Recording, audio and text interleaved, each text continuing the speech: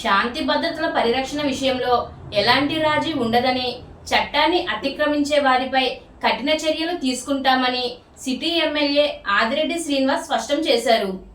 ఈ సందర్భంగా స్థానిక 6-31 డివిజన్లకు సంబంధించి అన్నపూర్ణమ్మపేటలో మన వార్డులో మన ఆదిరెడ్డి కార్యక్రమాన్ని ఎమ్మెల్యే ఆదిరెడ్డి శ్రీనివాస్ నిర్వహించారు. అధికారులతో సమీక్ష నిర్వహించి తరువాత కూటమి కార్యకర్తలతో ముఖాముఖి సమావేశం నిర్వహించారు. ఈ సందర్భంగా ఎమ్మెల్యే ఆదిరెడ్డి శ్రీనివాస్ మాట్లాడుతూ 2014, 2019, 2024 ఎన్నికల్లో 6-31 డివిజన్ల ప్రజలు తెలుగుదేశం పార్టీ అనంతరం కూటమిపై చూపిన విశ్వాసాన్ని గుర్తు చేశారు. ప్రజలు ఇచ్చిన భారీ మెజారిటీ తమ బాధ్యతను మరింత పెంచిందని అన్నారు.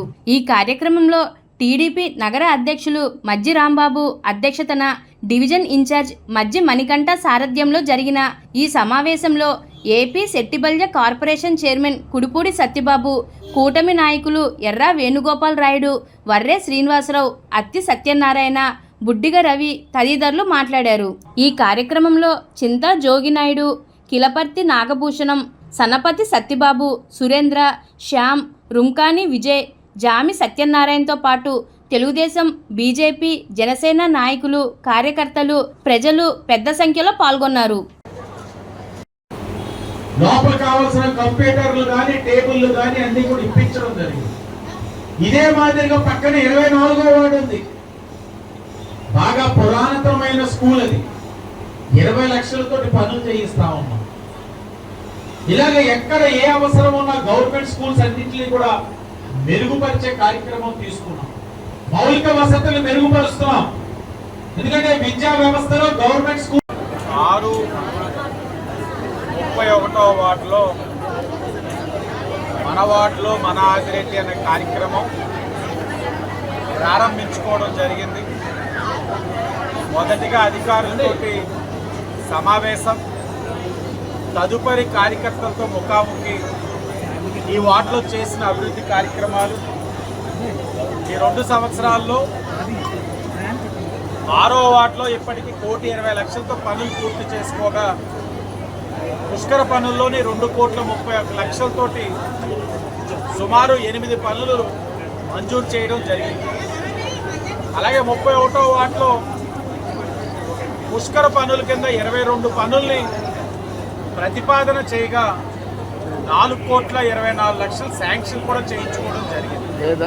అంటే ఈ 2 వార్డుల్లో కూడా పుష్కర సందర్భంగా అన్ని కార్యక్రమాలు కూడా పూర్తి చేసే విధంగా ఒక కార్యాచరణతో ముందుకు వెళ్తా ఉంది. 6-31 కూడా స్వతహాగా తెలుగుదేశం పార్టీకి ఒక కంచుకోటగా నిలబడే వార్డు. మొన్నటి ఎన్నికల్లో కూటమిని ఆశీర్వదించారు, కూటమి రావాలని చెప్పి భావించారు, నిలబడ్డారు. ఈ రోజున కూటమిని ముందుకు నడిపిస్తా ఉన్నారు. దానికి అనుగుణంగా ఒక పక్కన అభివృద్ధి కార్యక్రమాలు చేస్తున్నాం. సంక్షేమ పరంగా ఇచ్చిన హామీలే కాకుండా ఇవ్వని కూడా చేసుకుంటూ వెళ్తా ఉన్నాం. చేయవలసినవి కూడా ఇంకా ఉన్నాయి, తప్పకుండా చేస్తాం. నేను ప్రజలను కోరుతా ఉన్నా, వైఎస్ఆర్సీపీ వాళ్ళు అధికారంలో ఉన్నప్పుడు ఏనాడు కూడా కొత్త పెన్షన్స్ ఇవ్వకపోగా ఉన్నాయి, పీకేశారు. వైసీపీ వాళ్ళ అధికారంలో ఉన్నప్పుడు కొత్త రేషన్ కార్డులు ఇవ్వకపోగా రేషన్ కార్డులు తీసేశారు. రేషన్ కార్డులు ఎందుకు ఏరివేత చేశారు అని అంటే, రేషన్ కార్డులు అన్నది సంక్షేమ కార్యక్రమానికి కొలమానం. ఈరోజు కూటమి వచ్చింది, 2 సంవత్సరాలు సుమారు 750 కొత్త పెన్షన్స్ ఈ ఒక్క నియోజకవర్గంలోనే ఇచ్చుకున్నామని చాలా గర్వంగా చెప్తా ఉన్నాం. 750 కొత్త పెన్షన్లే కాదు, అతి దగ్గరలో మరొక 2,500 కొత్త పెన్షన్లు ఎవరైతే అర్హత కలిగిన వారు కూడా ఇచ్చే కార్యక్రమం తీసుకుంటున్నామని ఈ సందర్భంగా తెలియజేస్తాము. ఎక్కడా కూడా అర్హత కలిగిన వాళ్ళకి పెన్షన్ తీసేయలేదు కూటమి వచ్చిన తర్వాత. రేషన్ కార్డులే చూడండి, కూటమి వచ్చిన తర్వాత 8,000 కొత్త రేషన్ కార్డులు మేము ఇచ్చున్నాం. 8,000 కొత్త రేషన్ కార్డులు ఇచ్చామంటే వీళ్ళందరికీ కూడా గతంలో లేవంటే సంక్షేమ కార్యక్రమాలు కట్. 8,000 మందికి ఇచ్చాము అని అంటే వాళ్ళందరికీ సంక్షేమంలో అర్హత కలిగిన వారి కింద చేశాం. ఇంకా చేసుకుంటూ వెళ్తా ఉన్నాం. ఇక్కడ అనేకమైన దేవాలయాలు నిర్మాణం చేస్తున్నాం, సహకారం అందించున్నాం. భవానీ చారిటబుల్ ట్రస్ట్ ద్వారా అనేక మందికి విద్యా అవసరాలు తీర్చాం, వైద్య అవసరాలు తీర్చాం. ముఖ్యమంత్రి సహాయ నిధి ద్వారా అనేక మందికి ఆదుకున్నాం. ఇక్కడే ఉన్న నేషనల్ స్కూల్లో సిఎస్ఆర్ నిధుల ద్వారా అభివృద్ధి చేశాం. అలా చెప్పుకుంటూ వెళ్తే అనేకమైన అభివృద్ధి కార్యక్రమాలు. గతంలో వైసీపీ వాళ్ళు ఉన్నప్పుడు 29వ వార్డు 31/6కి ఇబ్బంది కలిగేటట్లు అన్నపూర్ణమ్మపేట గేటు దగ్గర నుంచి రైల్వే బ్రిడ్జిని ప్రతిపాదించి ప్రజల్ని భయభ్రాంతులు గురి చేశారు. ఈరోజు ఆ ప్రాజెక్ట్ ఆగిందంటే అది ముమ్మాటికి తెలుగుదేశం పార్టీ చేసిన పోరాటం అన్న విషయం ఈ సందర్భంగా తెలియచేయాలి. పోరాటమే కాదు, ఆ రోజున కూటమి ఎమ్మెల్యే అభ్యర్థిగా నన్ను అడిగారు, మీరు వచ్చిన తర్వాత మళ్ళా బ్రిడ్జ్ తెస్తారా అంటే హామీ ఇచ్చున్నాం. తెలుగుదేశం, బీజేపీ, జనసేన ఆ రైల్వే బ్రిడ్జ్ అనే దానికి అంగీకారం తెలపము, ప్రజలకు ఇబ్బంది లేకుండా చూసుకుంటా అన్నాం. ఆ హామీకి కట్టుబడే నిలబడ్డాం. ఏదేమైనా ఈ కార్యక్రమం ద్వారా రాత్రి ఇక్కడ సీనియర్ కార్యకర్త అప్పారావు గారి ఇంట్లో నిద్రిస్తా ఉన్నాం. తూర్పు కాపు సామాజిక వర్గానికి సంబంధించిన వ్యక్తి. ఉదయాన్నే మరలా 2 వార్డులోని శానిటేషన్ పైన, త్రాగునీరు సరఫరా పైన, ఎలక్ట్రికల్ డిపార్ట్మెంట్ సమస్యల పైన, ఇక్కడ 6వ వార్డులో 2 ట్రాన్స్ఫార్మర్లు కూటమి వచ్చిన తర్వాత అమర్చడం జరిగింది. 31వ వార్డులో మరొక 2, మొత్తంగా ఈ 2 వార్డులో 4 ట్రాన్స్ఫార్మర్లు వేయడం జరిగింది. ఇంకా అవసరం బట్టి ఎన్నైనా వేస్తాం. వాటిపైన కూడా ఉదయం సమీక్షించడం కూడా జరుగుతుంది. కార్యకర్తలకు ఒకటే తెలియజేస్తాం, చంద్రబాబు నాయుడు గారు, పవన్ కళ్యాణ్ గారు, మోడీ గారు ఏ విధంగా అయితే ఐక్యతగా ఉండి ఈ రాష్ట్రాన్ని ముందుకు తీసుకెళ్తా ఉన్నారో, డబుల్ ఇంజన్ సర్కార్ అంటే ఏ విధంగా ఉంటుందో మనందరికీ కనబడే విధంగా అభివృద్ధి కార్యక్రమాలు చేస్తున్నారు, పరిశ్రమలు తీసుకొస్తా ఉన్నారు, ఉద్యోగాలు కల్పిస్తూ ఉన్నారు. వారి యొక్క స్ఫూర్తిని క్షేత్రస్థాయిలో కూడా మనం బలోపేతం చేయాలి. అంటే క్షేత్రస్థాయిలో బూత్ లెవెల్లో తెలుగుదేశం, బీజేపీ, జనసేన వారు కలిసికట్టుగా పనిచేయాలి, పార్టీల్ని ముందుకు తీసుకువెళ్ళాలి. రాజకీయంగా అనేక మందికి ఎండోమెంట్స్లో ప్రాధాన్యత ఇస్తూ ఉన్నాం. ఇంకా ప్రాధాన్యత రాని వారికి కూడా ఏ విధంగా ఉండాలన్న దాని మీద చర్చించుకుంటూ వెళ్తూ ఉన్నాం. ఏదేమైనా ప్రజలు కూటమిని కోరుకుంటా ఉన్నారు, శాంతి భద్రతలు కాపాడుతూ ఉన్నాం, అల్లరి మోకలపైన కఠినంగా వ్యవహరిస్తూ ఉన్నాం, బ్లేడ్ బ్యాచ్, గంజాయి బ్యాచ్ పైన కూడా కఠినంగా వ్యవహరిస్తూ ఉన్నాం. ప్రజలకు ఇప్పటికీ అనేక సందర్భాల్లో ప్రజా దర్బారానో, సచివాలయ వ్యవస్థ ద్వారానో అందుబాటులో ఉన్నాం.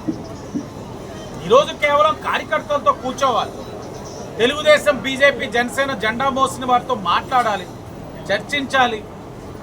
కూటమి యొక్క స్ఫూర్తిని క్షేత్రస్థాయి నుంచి, బూత్ లెవెల్ నుంచి బలోపేతం చేయాలన్న ఉద్దేశంతో ఈ కార్యక్రమం తీసుకున్నాం. ప్రజలు వస్తున్నారు అర్జీలు ఇచ్చుకొని, ఇంకా పెన్షన్లను, ఇళ్ల స్థలాలను.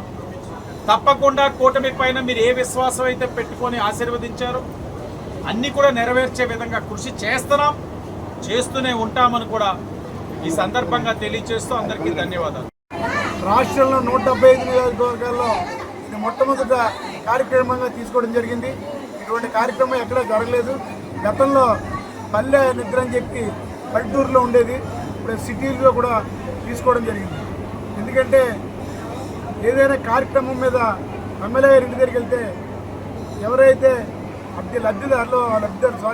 వాళ్ళు ఉన్నారో, ఎవరైతే విజిటర్స్ ఉన్నారో విజిటర్స్కి ప్రాధాన్యత ఇస్తా రోజుకి ఉదయం 300 మందికి, సాయంత్రం 200 మందికి ఆయన సేవ చేయడంలో నిమగ్నమై ఉన్నారు.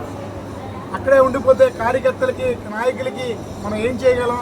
కార్యకర్తలే వాళ్ళ మనకి పార్టీకి వెన్నెముక ఉంటేనే ఇవాళ ఇంత మెజార్టీ రాజమండ్రికి ఇచ్చిన కార్యకర్తలను మనం కాపాడాలనే ఉద్దేశంతో ఇప్పటికే చాలామందికి చాలా రకాలుగా ఎమ్మెల్యే గారు చేయడం జరుగుతుంది. అందులో భాగంగా ఇవాళ ఈ కార్యక్రమాలు తీసుకోవడం, అలాగే ఆ వార్డులో ఇంకేం పెండింగ్ ఉన్నాయి, పుష్కరాల పనులు ఏం క్లియర్ అవ్వాలి, ఇప్పటికే 631 కలిపి చాలా డ్రైన్లు, రోడ్లు, ఏదైతే వాటర్ స్పెషాలిటీ అన్నీ కూడా కార్యక్రమాలు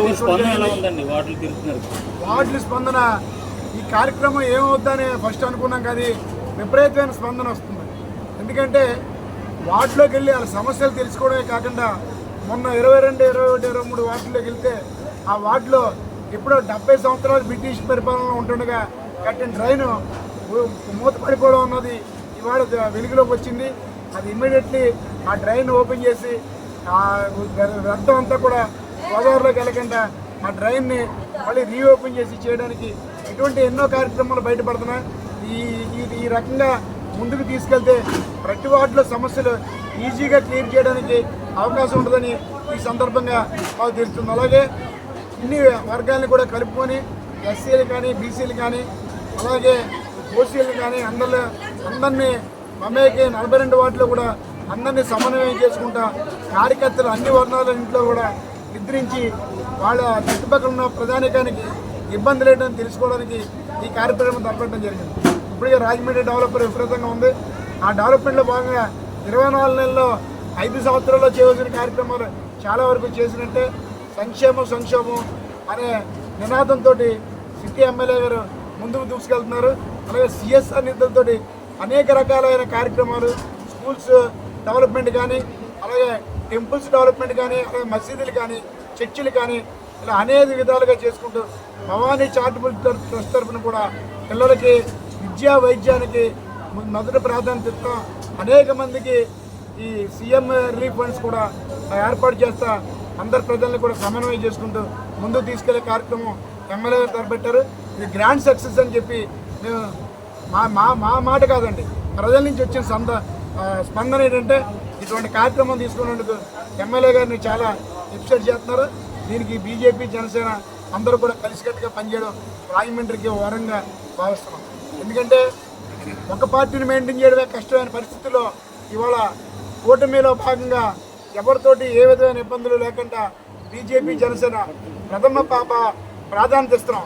ఒకవేళ ఏదైనా మీటింగ్ కానీ ప్రెస్ మీట్ కానీ ఏదైనా కూడా ముందు ప్రాధాన్యత వాళ్ళకి ఇచ్చి తీసుకెళ్తా రాజమండ్రిలో కూటమిని మాత్రం బ్రహ్మాండమైన సమన్వయం తీసుకెళ్తామని చెప్పి సందర్భంగా